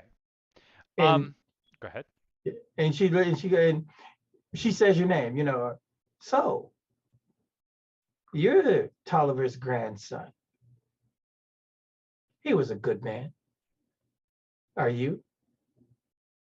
So you've met, and what this is for me is me introducing you, the players, to an antagonist. So you're But you don't know it's an saying, antagonist. I was going to ask. So Right, but then, you don't even know this is your one. If this isn't, you don't even know that this is an antagonist. This is, again, leaning into the pulp idea, the pulp era. You said your character is a little awkward, so on and so forth. yeah. How is he going to respond to, this bombshell beauty? He would probably be a little goofy about it. He would probably try to keep himself on track, but inevitably he would probably get a little bit distracted by this. You would, And this would probably be an area where you would actually have a major league social encounter, right. where you would have to make some rolls. She would probably be using persuasion and manipulation on you in order to get what she wanted, to get you to start to trust in order to move the tale forward. And You know, and so if it went in this direction, can I assume that you'd kind of use your rule that you sort of mentioned before, which is that it's very much based on how the players react. Like it may go toward toward combat, it may go toward social combat, it may go toward like an ally an alliance or something like that. Or but do you see, have an idea? Yeah, go ahead. with these, you've got three ways that it can go. A, your player falls for her manipulation. She's going to be an ally for however long is necessary. B, your character doesn't go for it, dismisses her, which would lead into C, where she will call up her minions and have them attack you in some way. They'll attempt to take your pendant from you, so whatever the case may be, but you don't know it was her who did it. You just know you ended up being attacked now. She might even put herself in a position to be a damsel in distress. Right. Now this is yes, I get it. So she might, Classic pulp. yeah, so she's sort of providing a distraction while the people that she works with or the people that work under her are going to do like they're going to I forget what it's called, but they're basically going to do the dirty work and either try to attack me or get an item I have or get some information from me or something like that. Exactly. Okay. So if this is one possible avenue where I encounter her, Serena Redmayne, if I go back to the downtown marketplace, can we talk about what you would possibly do if I had decided to go into the tunnel then? Is there a Absolutely. something similar, or would you? Oh, no. See, going into the tunnel is an entirely different aspect. Going into the tunnel is going to move the story along a little bit quicker.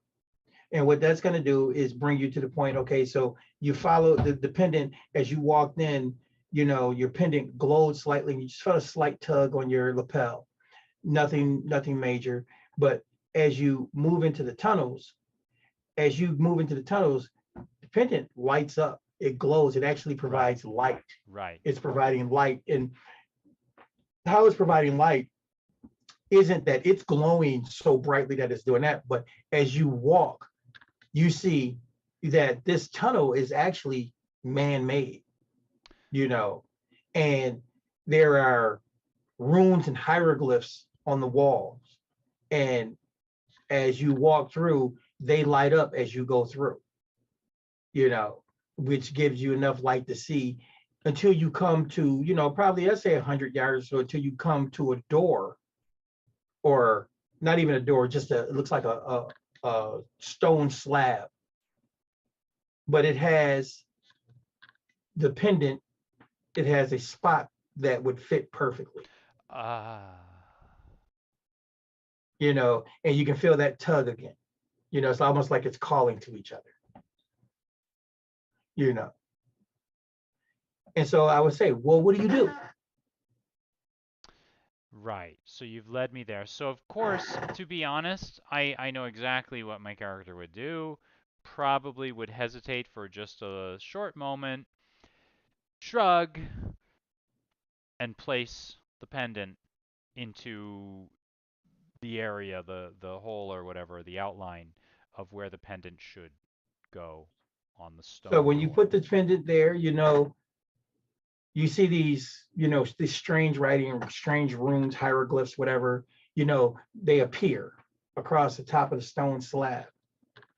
And then they slowly coalesce in your vision and your vision alone into an inscription, you know, and it basically says, you know, would one chide the flow of time? Would one ask for a new rhyme? Upon this place, there was once a curse, but if your blood is right, then it can be reversed. Did you make that up now, Dean? Come on. Yes, You just I made did. that up? Okay. All right. Just made it up. Actually, I have to say I believe it. I do believe it. Like I was gonna act outraged, but the truth is that there are people out there that are really good at this sort of stuff, and I know Dean is one of them, so it doesn't really surprise me. It impresses me, but it doesn't really surprise me. Just So then with that, of course, I'm the now making slab this connection, and I assume that I'm like, oh, okay, the ring, or I'm sorry, the pendant, it fits. It's my grandfather to my father to me. So I'm a descendant. So all of this is starting to match up, and the stone slab moves moves out away. of the way. And then how is it that I end up encountering, if I'm assuming right, Serena Redmayne? Well, that's where the fun comes in. Because the minute the slab moves out of the way, you hear click, click, click, the sound of guns being cocked. And of course, there she is again, very, very beautiful, kind of leaning casually. They said you were smart.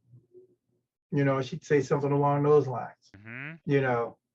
And thank you so much. We've been looking for this place for months now, you know. Oh, so I would have led her just by the fact that maybe she's been following me for all of Right. this That's what I said. time. You've been being And so, watched one way or the other. yes, yes, yes. Okay. All right. I got it. And of course, because of the game, the way it's built, if you had a character who had, if you had built your character with, supreme observational skills or perceptive or whatever, I would have let you make rolls in order to see if you noticed anything out of the ordinary. Right. If you noticed that you were being Right. followed, or but if you were just, like you said, kind of a naive, school teacherish guy, you know what? We're not even going to make a roll like that unless you said something. Right. Unless I purposely point out the fact, or if I say, like, you know what, I'm getting kind of nervous. I want to look around and see what I can see here Exactly. before I, like, go down this dark alley or before I take a left on that street or Right. whatever. But if your character is naturally perceptive, if that's one of one of your trained talents, skills, then I would definitely have you roll passively for those things. Okay. Yeah. So then let me ask you this. I feel like right now we have like or you have a nice kind of arc here, right? And I don't mean to, I just sort of go through this to sort of like go over it in my mind and understand what's happening here. Player, character, the hero or heroes receive an inheritance, some sort of box or something that contains an item or maybe several items if we have several people playing, if you have several people playing. And they each, in your mind, and we might suspect, open up or unlock some sort of powers within us.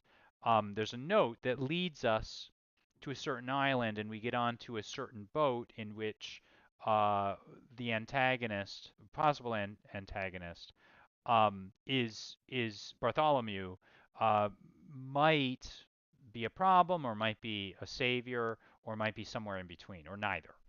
Um, we end up at the island and we run into our guide, and our guide actually, because this makes a lot of sense, right? We arrive at the island, and of course there must be people that knew my grandfather or our relative or friend or whatever it happens to be, and they introduce themselves, and they kind of lead us and sort of help us out when we want to take a deeper step, because obviously we would not have come all the way across on a boat to get to this small little island unless we really wanted to push further and go forth into through the next step.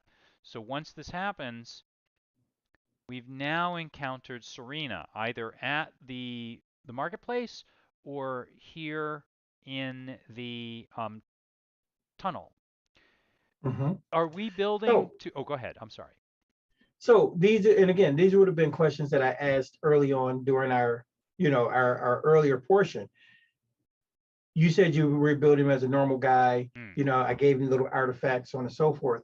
But if we're going to go down the path of Major League, uh, the Phantom or Shazam, Captain Marvel, mm, um, things like that, then this would be the spot that your character would fully realize that, oh my God, I have something else, right. because, you know, I'd probably have somebody take a, shoot at you or something like that. Yeah. And because you've opened it, you've stepped inside, your blood is right.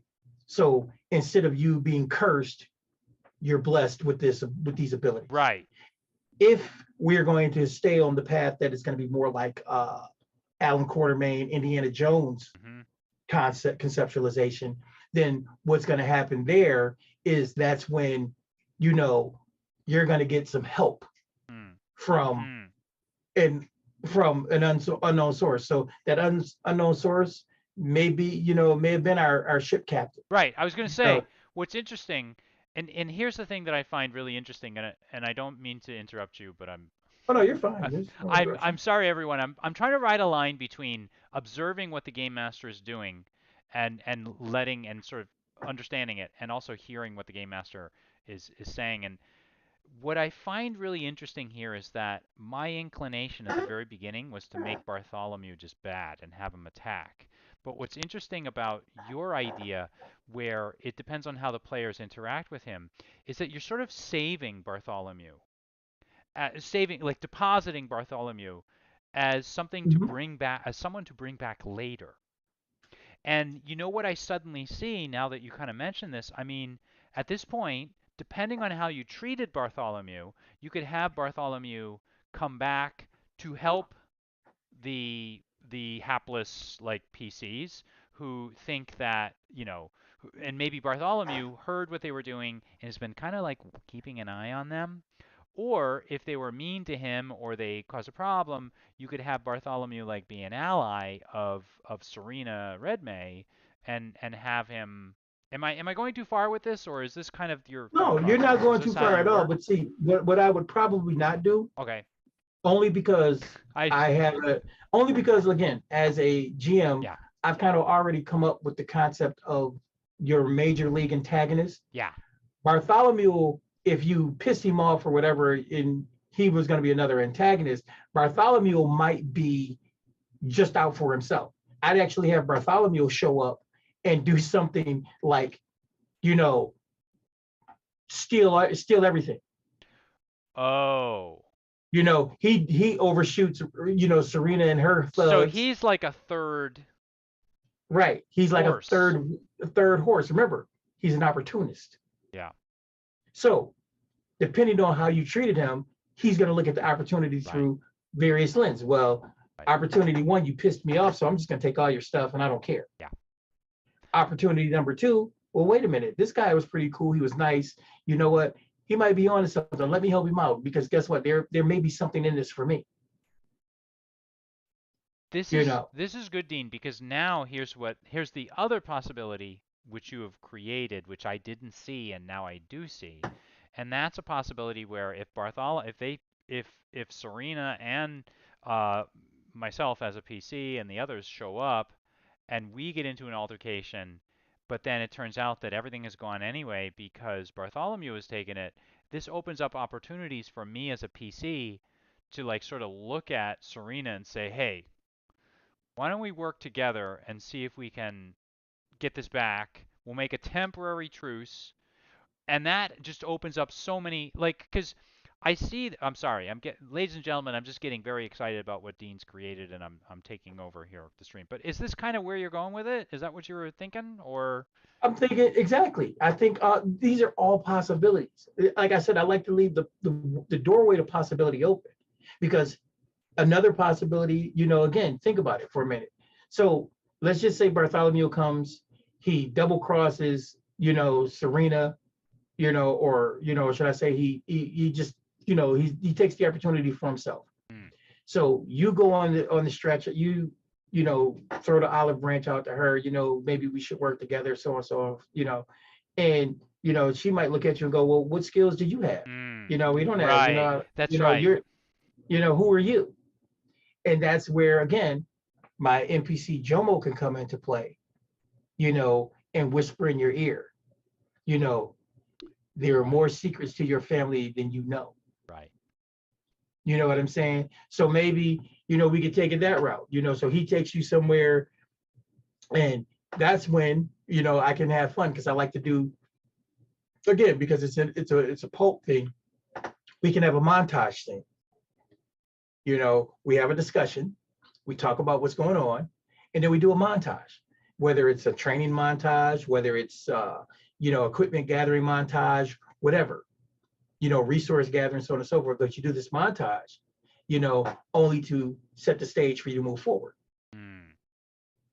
you know and thus, if you really look at it, what we've done here now, we just talked about the beginning of the game, but you've actually built at least 3 more Yeah, I sessions. was gonna say that's what's really interesting is that right now, I was about to say, right now it sort of feels like we've reached this climactic point where what I thought was going to be two things come to a head. It's really three when you count Bartholomew in there. So there's like three different forces that are all at work.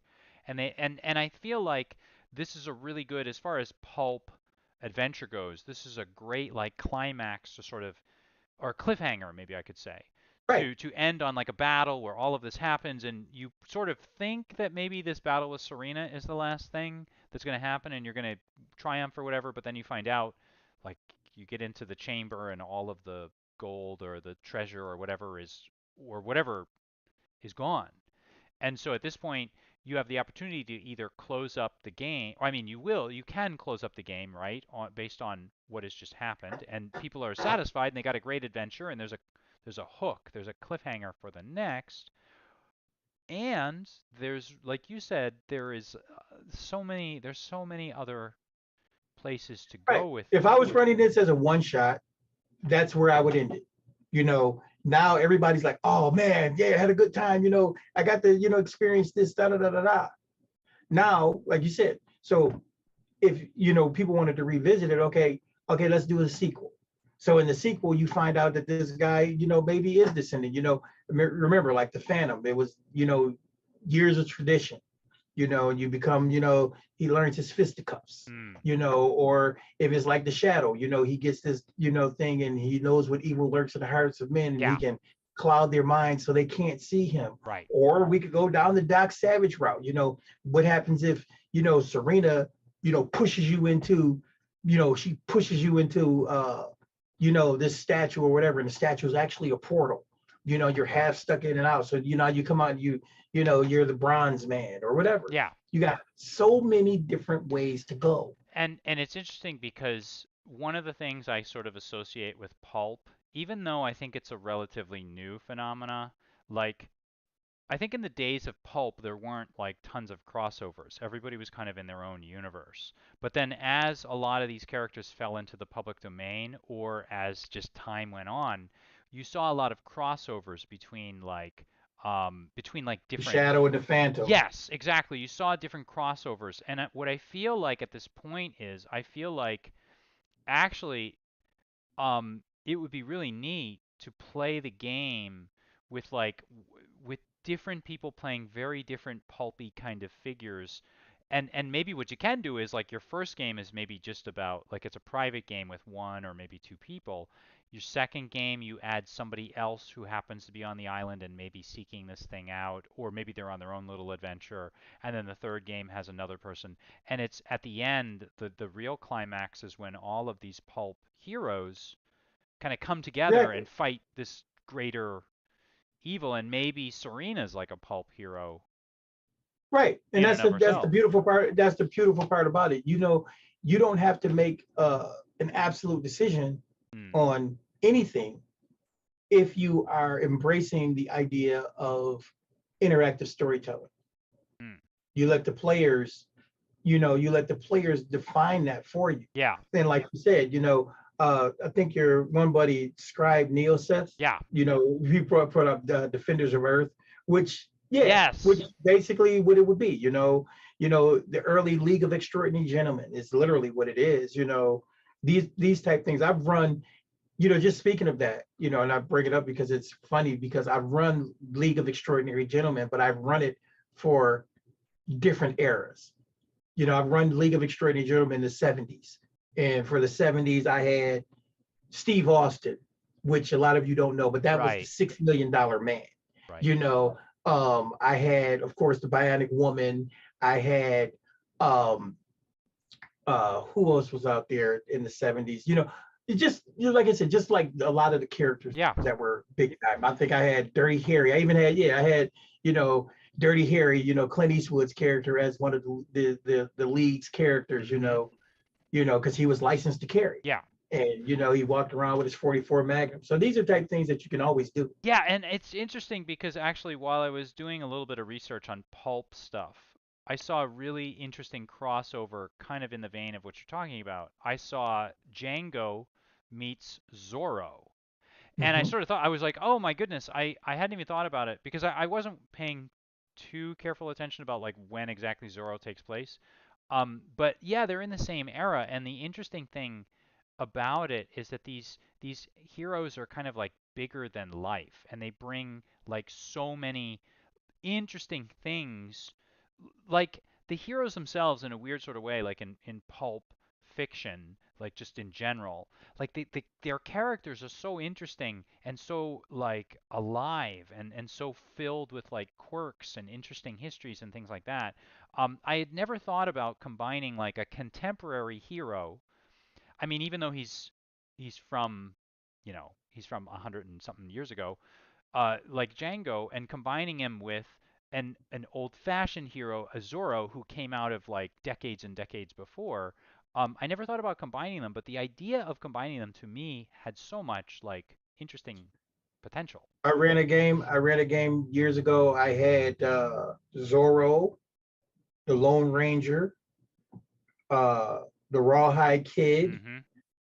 Like I said, I've done this so many times to bring characters of an era as opposed to people playing original characters. I do those a lot of times for one shots. Right. I did an 80s version. I had Automan, Manimal, Street Hawk. Oh, I had all of those cool characters from the 80s, yeah. you know, in a game together, which was crazy. I think my favorite one that I ever did was when I did my spy crossover. Mhm. I had James Bond, the Saint, um, Jason Bourne, uh, uh, the Prisoner. Yeah, That's those actually, you know what's those are the funny? four. It's interesting because I was actually talking to Neoseth, who's in the chat right now and has been so loquacious. He is like just talking, talking, talking.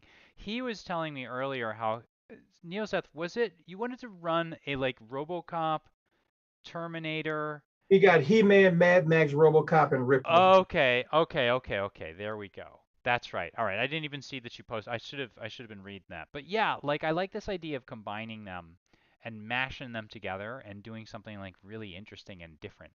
out of them. Yeah, and that it's not hard. And the thing about it is, shameless plug for Cypher System, shameless plug for Cypher Unlimited. You know what? If you want to get into Cypher System and people don't know about it, and you like what you're hearing here, please check out Cypher Unlimited on YouTube, Yes. on Facebook. We also have a Discord. We run games daily. We have constant discussions. We have over 4,000 members on our Discord. Our Facebook page isn't as big, but it's growing. You know, all of us are always available. We love to talk about this stuff. We love to give guidance. We love to help with story beats. Each of us have our strengths, or not even, I wouldn't even say strengths because we're all pretty good overall, but each of us have our passions. I love superheroes massively. Anthony is hugely in the horror genre. Um, Al has a knack for running adventures, just adventuristic style games. We played uh Cyberpunk Pirate, it's basically steampunk pirates with Al. We've played dungeon adventures and so on and so forth. So just the three of us alone. But we're not talking about the other 4,000 members, and we probably have at least 50 people who are consistently active on the page like daily. Yeah. So please come over, talk to us, hang out with us. It's a great place to As be. as someone that's not part of Cypher Unlimited Crew, and I said this when I interviewed you guys on the channel like 6 months or 9 months ago. Um, First of all, the three guys have been great like friends to me. So I started my channel a couple of years ago, maybe a year and a half or 2 years ago. But before that, we were just sort of chatting. And Anthony, Al, and Dean we were always like talking about stuff. I would send them questions.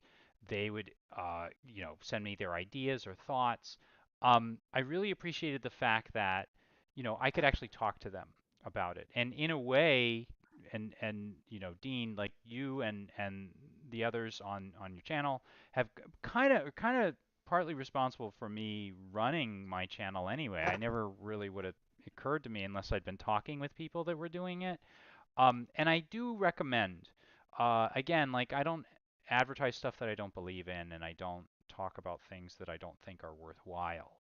I really think that you should check out Dean, Al, and Anthony's Cypher Unlimited channel. They, like he was saying, they run a lot of one shots. To me, as an English teacher, I wouldn't tell my students to read one type of book because if they were reading one type of book all the time, they wouldn't get a very good overall view and they wouldn't get like a very good sense of what's sort of out there. And what I appreciate about what they do at Cypher Unlimited is that they're running all kinds of one shots in different genres and doing different things.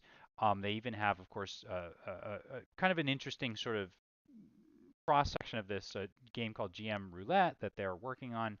They have episodes of that up. Um, Again, I'm not trying to advertise. I'm just trying to tell you the things that I like to watch and that people that I believe in that I bring on the program. Um, Dean, I just want to say thank you very much for coming on tonight. This has really been a great experience for me. I feel like I learned a lot, and I appreciate like your insight and what you brought to my channel and your kindness for being on. Um, so to those of you that are watching out there, thank you very much for getting this far. Thank you very much for watching. I'm going to I haven't done it yet because we're live right now. I'm going to put a link to Dean's stuff and Al and Anthony's stuff at Cypher Unlimited in the description below in the next few hours. Um, please do check them out. If you like what you saw on my channel, please do think about liking and subscribing. Every view, every subscription, it helps. I've said this before, I'm a small channel, but one of the advantages that a small channel has is that I can actually build a community and people can kind of talk in the chat and we can discuss things, whereas in the bigger stuff, we maybe can't do that. So please do think about liking, subscribing. But from me to you, everybody out there, thank you very much for watching. And Dean, thank you very much for coming on tonight. I appreciate it. Man, thank you for having me. I really appreciate it. And so does Cypher Unlimited. We thank you for the plug. Oh, Um, like I said, we just a bunch of guys who are pretty passionate they're good. about what we do, and we love it. You know, between me, Al, and Anthony, there's probably close to 100 years of experience in Yes, game. that's You know, that's true. um, There I probably mean, is. it's close to it. I mean, I know Yeah, between me and yeah, Anthony alone, I think Anthony's been playing since the 80s. I've been playing since the 70s. yeah. So we might know a little something. A little bit. But we don't walk around with chips on our shoulders. We're easily approachable. Yeah. And we really love the community, and we absolutely love RPGs, and Cypher System is our baby. All So right. Well, everybody, let's leave it at that. I think that was a wonderful way to head out. Thank you all for watching. Everybody out there, you have a great game. Stay safe, and in the new year, please be of good cheer. Thank you all very much.